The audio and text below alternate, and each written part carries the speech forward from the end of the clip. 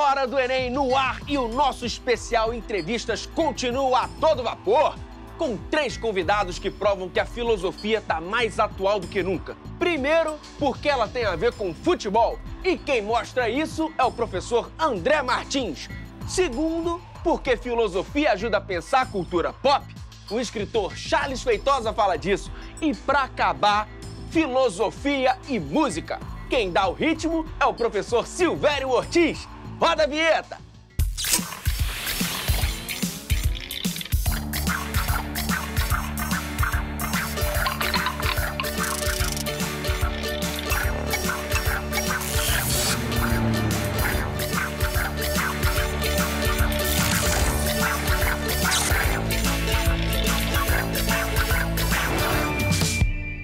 Filosofia e futebol. O que os dois têm em comum? Quem explica é o filósofo André Martins. Chega mais! Seja bem-vinda. De cara, eu sei que Sócrates, foi importante para os dois. No que a vivência da paixão pela bola faz o ser humano pensar? Na filosofia tradicional, tudo que estava ligado a corpo, a pulsões, emoções, sentimentos, afetos, sempre foi mal visto, né? Desde a metafísica ocidental, começando com Sócrates, Platão, Aristóteles, né? Sempre se fez essa divisão entre um lado bestial do humano e um lado que seria propriamente humano, racional. Então, seria o animal e o lado propriamente racional. Então, nessa perspectiva tradicional, as paixões não nos ensinam nada, senão como superá-las, né? Mas o que a filosofia contemporânea começou a ver, né, que não, né? Que, assim, não só as paixões, como, de um modo geral, as emoções, porque paixão já está falando de patos, né? Sofrimento, submissão. Então, as emoções, de modo geral, os afetos, de modo geral, eles nos ensinam muita coisa, porque viver e pensar é uma maneira de se afetar. E se afetar é o que força a pensar. E, portanto, tudo que nos afeta nos força a pensar, por exemplo, futebol. Oswald de Andrade dizia, se liga, quem negará o futebol, esse condão da catarse circense em que os filósofos romanos lambuzavam o pão triste das massas? Essa frase, na verdade, ela está associando o futebol e o amor ao futebol, a paixão ao futebol, ao o que depois foi chamado ópio do povo. Quer dizer, sempre é uma ideia negativa, é uma catarse. Nietzsche, por exemplo, ele vai denunciar a ideia de catarse, da arte como catarse, seria mais ou menos assim, você vai para a arte, ou você vai para a arte do futebol, por exemplo, você solta as suas emoções e volta para a obediência da polis. Você volta a ser um cidadão dócil que vai seguir os valores ditos superiores e reprimir suas emoções. Num estádio, pode-se vivenciar, claro, paixões tristes, afetos de raiva, que nos fazem mal, mas é óbvio que se vivencia também afetos muito positivos e que não são catárticos, que são, de fato, por exemplo, e aí o futebol é um exemplo, é o exemplo maior, você se sente participando e você participa de fato. Tanto que um jogo em casa, ele, em geral, é considerado favorável ao time que está jogando em casa, não é só porque ele já conhece o campo, é porque ele tem a torcida a favor. Ou seja, a torcida não é passiva, ela, de fato, é um 12º jogador. E o futebol abre um novo campo de pensamento? Um novo campo de pensamento, não, mas ele serve. Inclusive, eu organizei um livro que foi publicado com outros colegas acadêmicos, né, amigos, só sobre futebol, só para pensar o futebol. O nome do livro é Uma Bola no Pé, uma Ideia na Cabeça. No meu artigo eu tentei mostrar justamente isso, que a vivência do futebol, ela é uma vivência de um afeto ativo e não de um afeto passivo, contrariamente a essa tradição dicotômica de corpo e alma, né?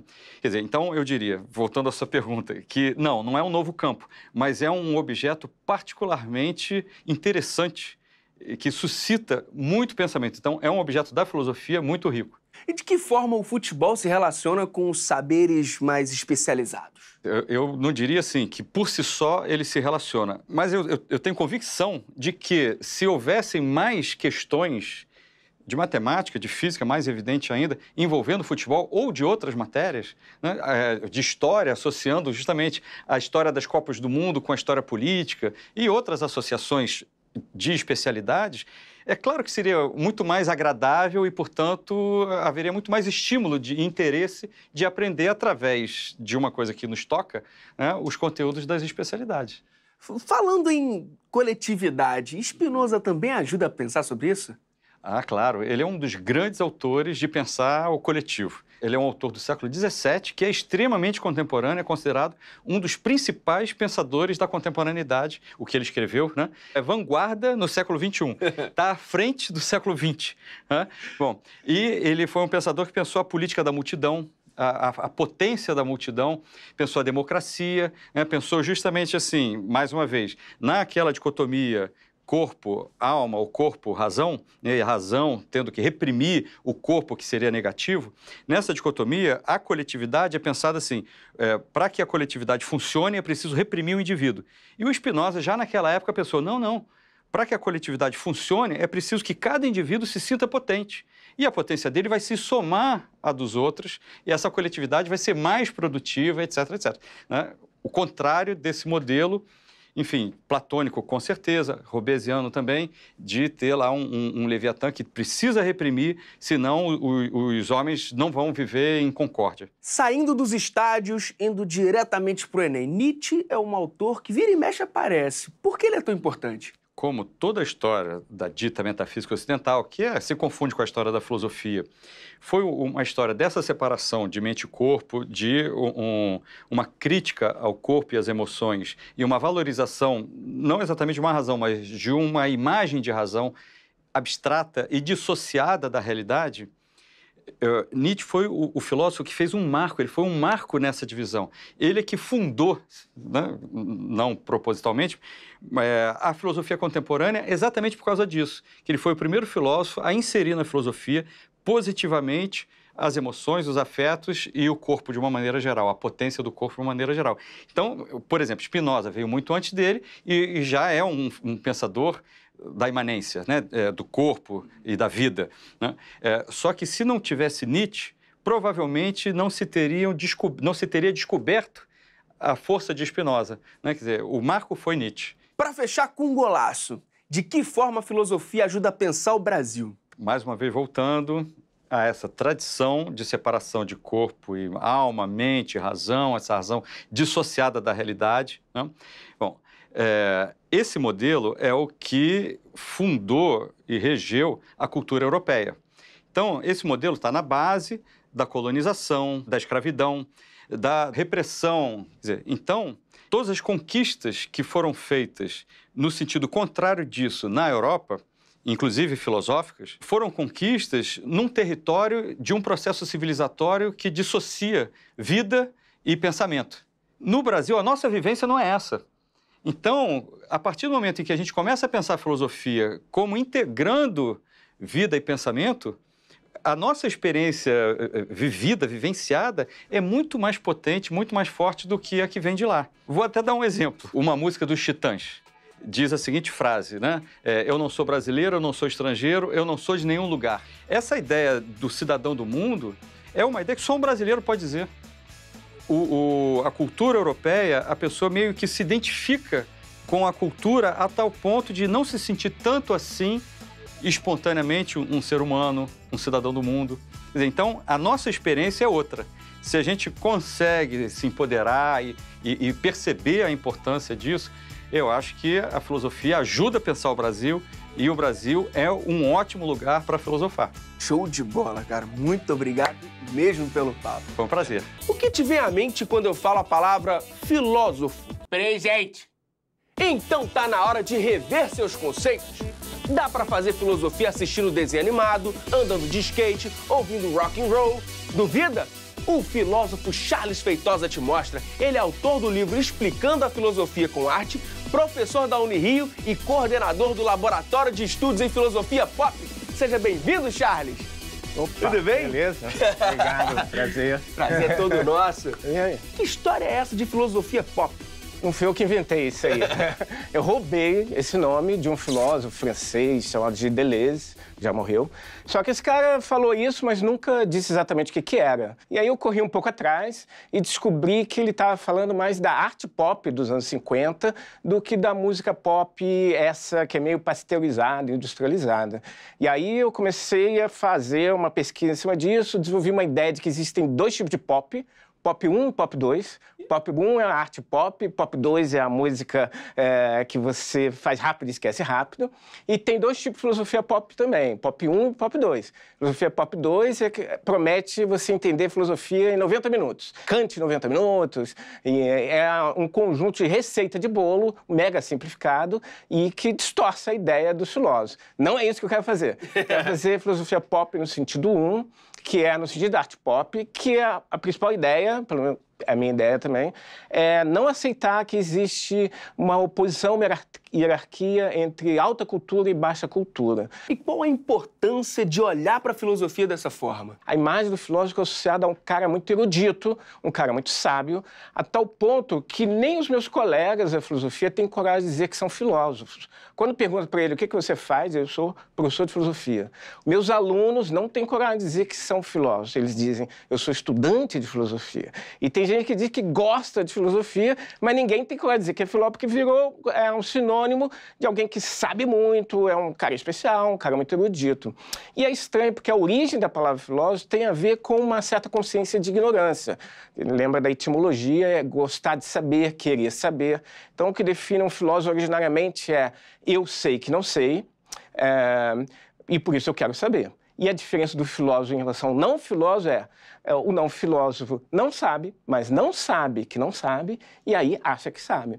Então, o encontro do filósofo com o não filósofo é o filósofo tentando mostrar para o não filósofo que ele não sabe nada também. Que ele tem um monte de certezas, mas essas certezas podem ser colocadas em dúvida. Qualquer pessoa pode fazer filosofia, desde que arrisque colocar em dúvida as suas certezas. E você escreveu o livro Explicando a Filosofia com Arte. Olha o livro aqui. Professor, como a arte ajuda a explicar a filosofia? Aproveitando aí o título do seu livro. Olha, bem a ideia do livro é que não fosse explicando a filosofia através da arte, mas com arte. Alguns filósofos até usaram a arte para ilustrar ou exemplificar seus conceitos. Mas a minha ideia não é só fazer isso. Eu acho que a arte pode ser mais do que um exemplo. Ela pode nos guiar para lugares que a gente não tinha imaginado chegar. Então, esse livro é uma espécie de introdução à filosofia para leigos, jovens de qualquer idade, fazendo parceria tanto com a arte, que supostamente erudita, Beethoven, Mozart, Shakespeare, quanto com a cultura de massa, que para essa concepção tradicional não tem valor. Então, é Mafalda, os Simpsons, letra de rock, letra de samba, e sempre a ideia a gente não está usando isso só para explicar o que os filósofos dizem, mas a gente pode aprender com que esses caras têm a dizer. E para quem se interessou e gostou e quer ter um olhar mais pop para a filosofia? Eu recomendaria outros, pelo menos 2 livros que eu acho que seriam bem legais para quem quiser ter um acesso. São 2 Robertos. Um Robert Pirsig, um filósofo norte-americano que escreveu em 74 um livro chamado Zen e a Arte de Manutenção de Motocicletas. E é uma história autobiográfica de um professor de filosofia, como eu, que trabalhava na universidade, e que um dia cansou da vida acadêmica, largou tudo, pediu demissão, comprou uma moto, colocou o filho de 10 anos na garupa e atravessou os Estados Unidos de costa a costa na moto. E ele escreveu um livro relatando essa viagem, a Filosofia on the Road. E um outro que estaria mais ligado à cultura brasileira, também é um livro da década de 70, de um outro Roberto, um cara chamado Roberto Gomes, que ainda está vivo, e que em 77 lançou um livro chamado Crítica da Razão Tupiniquim.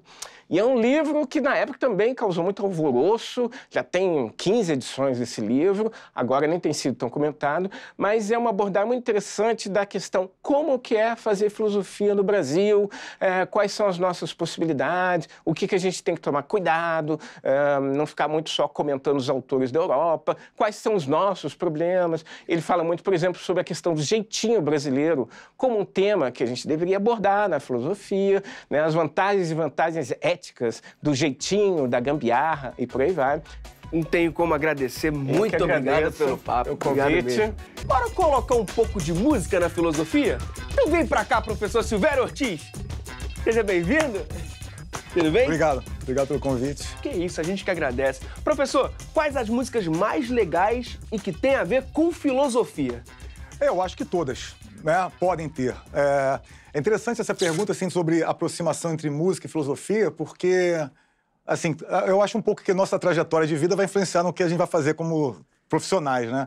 E na minha história eu tenho dois componentes da música que conversaram comigo de maneira muito interessante. Uma eu sou de uma família de pianistas, mas eu não toco piano. Então esse já é um ponto interessante. Por quê? Porque eu fui ouvindo as músicas e o que me chamou a atenção nas músicas não era o piano, era o baixo. Era o contrabaixo. Então eu comecei a perceber que tinha algo em mim que não era da minha família como um todo, né? Uma certa particularidade. E, por outro lado, assim, aquela adolescência que a gente passa ouvindo músicas, eu me lembro muito de ouvir Pink Floyd e outras bandas, né, da época e que me levavam a pensamentos. Ouvia músicas tais como Time, do Pink Floyd, e aquilo me fazia pensar sobre o tempo, sobre o envelhecimento, sobre a passagem do tempo. Enfim, essas ideias que eu tirava da música. Então, ao longo do tempo, posteriormente, acabei traduzindo isso em trabalho, né? E tem algum exemplo para você dar pra gente? A banda Queen, com Freddie Mercury. Queen, rainha, príncipe. Maquiavel escreveu um livro chamado O Príncipe. Será que dá para aproximar os dois? Aí eu fui lá ver músicas do Queen cantadas por Freddie Mercury. Por exemplo, Play the Game, We Are the Champions. Essas músicas falam de algo que eu consigo aproximar do pensamento de Maquiavel. Então, é um pensamento que é muito comum, no senso comum do Maquiavel, é que os fins justificam os meios. Quer dizer, vale fazer qualquer coisa. E, na verdade, o que Maquiavel propôs é que os resultados são importantes. E aí as músicas do Queen, como Play the Game, We Are the Champions, podem ser relacionadas com isso. Então vamos falar de outras bandas. Beatles e Rolling Stones. Rolling Stones, pedras que rolam. Aí tem aquela passagem famosa, né? Passagem não chega a ser uma passagem, tipo um provérbio. Pedras que rolam não criam limo. Né? E essa ideia de que a gente vive constantemente em movimento. Quer dizer, a ideia da pedra que rola é a ideia que na filosofia pode ser chamada de devir.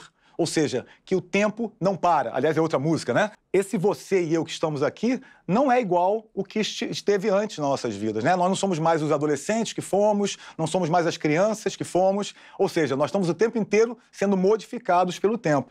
Então, parte do aprendizado filosófico, no meu entendimento, é saber lidar com essa passagem do tempo. Ou seja, saber envelhecer, né? E Rolling Stones traz essa ideia. Mas é só com rock que eu posso filosofar ou com outros estilos também? Nada, qualquer música. O primeiro evento que eu fiz com música e filosofia, não para fora, né? Porque para dentro de mim já tinha feito vários. Para fora, foi com Chico Buarque.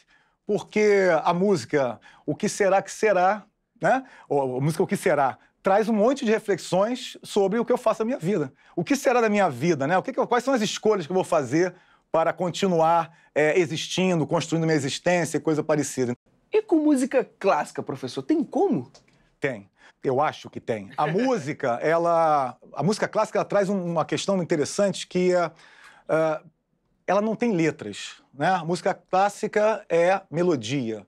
E você sente isso de alguma maneira. Quer dizer, você é capaz, de experiências variadas, de ir num concerto, assistir uma orquestra tocando, que não tenha nenhum tipo de dor ou saudade ou coisa parecida na letra, porque não tem a letra, mas você é capaz de chorar, é capaz de se emocionar. Então tem algum tipo de comunicação entre aquela melodia e alguém que nós somos que é super interessante refletir. Show de bola. Agora, professor, se eu for do clássico pro batidão e disser que eu só quero ser feliz...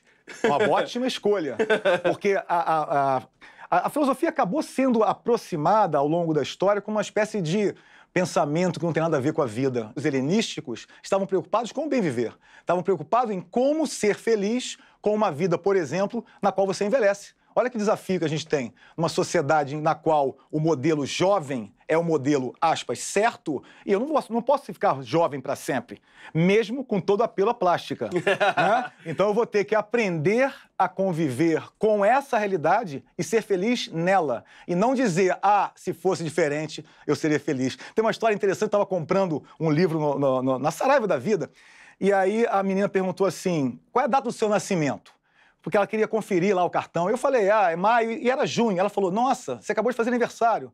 E eu disse, acabei, ela também, alguma coisa do tipo. Ela falou, pois é, né, estamos envelhecendo. Eu falei, ainda bem. E ela ficou espantada, como assim ainda bem? Eu falei, a outra opção não me interessa. Né? Ou seja, só tem duas opções, ou eu estou envelhecendo ou eu estou morto. Então, essa forma de encarar pode ser a chance que você tem de ser feliz na vida que muda. E aí, professor, algum filósofo clássico usava música? Quando a gente fala clássico, a gente fala muito do período antigo, mas tem filósofos mais modernos, contemporâneos, como Schopenhauer e Nietzsche, que vão falar da música. Na verdade, esses dois caras, principalmente Nietzsche, vão trazer a música para um status, para uma situação que os outros não viam. Por exemplo, ao longo do período medieval e moderno, a arte era vista principalmente na parte contemplativa. Então, ver um quadro, né, uma escultura. Se você já foi num museu e voltar nesse museu, o quadro está idêntico. O quadro, tirando detalhes químicos, não interessa agora, não é alterado pelo tempo. E a música você só percebe no tempo. É impossível você contemplar a música. Então, esses dois caras que vão trazer a música para a filosofia, em parte, vão apostar nesse tipo de abordagem. Você tem um lado, quando você ouve uma música, você tem um lado que eu vou chamar, Nietzsche, de apolíneo, que é aquela parte que você reconhece a letra, que às vezes diz algo para a tua história, e tem uma parte que ele chama de dionisíaco, que fala para o teu corpo. Dificilmente, você falou batidão, dificilmente você ouve uma música que você goste e alguma parte do seu corpo não começa a ecoar aquela música, né? Ou seja, a música não fala só para a mente, fala para o teu corpo também. Como que você escolheu a filosofia? Essa é uma ideia interessante porque a minha primeira formação, onde eu trabalhei, foi como engenheiro. Eu sou engenheiro químico de primeira formação. Passei por experiências nessa trajetória que eu acho que são interessantes compartilhar. Por exemplo, quando eu estava trabalhando como engenheiro químico, estava bem empregado, estava numa empresa de destaque, eu recebi o meu primeiro aumento. É o que a gente quer, né? Eu mal esperava receber aquele aumento, eu tinha uma sala, achava que eu me achava muito importante. Era isso que eu fui preparado para aceitar, para até mesmo premiar, ficar feliz. Mas aí eu fiz a pergunta, por que eu ganhei aumento? É claro que quando você faz porque eu ganhei aumento, a resposta imediata é porque eu fiz um bom trabalho. Mas a pergunta seguinte é, qual é o meu trabalho? Eu parei para pensar no meu trabalho. Eu trabalhava numa fábrica de lubrificantes. Eu era responsável por um setor importante da fábrica, que era receber matéria-prima, armazenar produto acabado e despachar produto acabado. Aí eu parei para pensar no meu trabalho e eu falei assim, caramba, eu sou uma babá de óleo. Eu fico cuidando do óleo. Eu cuido do óleo que chega e cuido do óleo que vai sair. É claro que isso é muito particular, cada um tem uma visão. Para mim, quando eu cheguei a essa conclusão, aquilo meio que ecoou estranho para mim.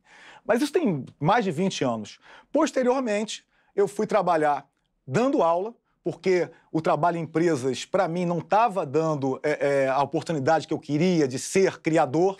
Eu fui trabalhar dando aula com a minha formação em ciências. Fui trabalhar dando aula de física. Mas eu sempre gostei de filosofia. E aí o que aconteceu que eu, dando aula de física, eu quis estudar, fazer a faculdade, licenciatura em filosofia. Quando eu fui fazer licenciatura em filosofia, eu não estava pensando em dar aula de filosofia. Eu estava pensando em estudar filosofia, meio como se fosse um hobby. E ao fazer a faculdade, a legislação mudou. Ou seja, passou a ser obrigatório filosofia e sociologia no ensino médio. E eu já dava aula de física. Então eu comecei a dar aula de filosofia e acabou que hoje, tem 10 anos isso, eu sou professor só de filosofia. Ah, mas não vai me dizer que você usa os seus conhecimentos de engenharia para montar suas aulas em filosofia. Como não usar? Como que eu posso pensar num conhecimento que seja dispensável? E é interessante porque eu já tive uma oportunidade que me perguntaram, mas peraí, física e filosofia não tem nada a ver. Eu falei, como assim não tem nada a ver? Isaac Newton não era físico na época, ele era filósofo natural. Né? Você pensa em Pitágoras, você lembra matemático, ele era filósofo. Quer dizer, no passado, física, química, matemática estavam reunidas dentro de um grande guarda-chuva chamado filosofia. Porque a pergunta é a mesma. As perguntas, do tipo, o que faço da minha vida, né? De onde vim, para onde vou, existe ou não um Deus, né? Existe vida após a morte, por aí vai, são perguntas que surgem naturalmente da gente.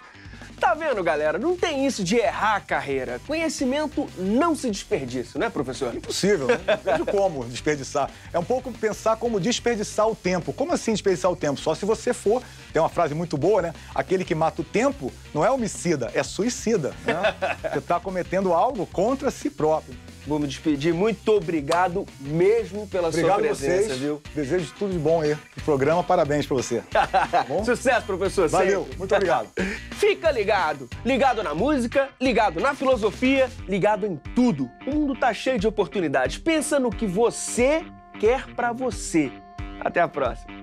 Pessoal, última ideia que eu acho muito valiosa. Olhem para quem vocês são. Olhem para dentro de si e aquilo que o lugar que você gosta de estar. Claro que o lugar agora, estou falando de estudo. Olha aquilo que você gosta de estudar, olha aquilo que você se sente bem e procure se guiar por esse tipo de conhecimento, que é o que você tem na mão. Não aceite imposições exteriores, não aceite dizerem o que você tem que fazer. Se alguém disser isso, ó, mostra a língua.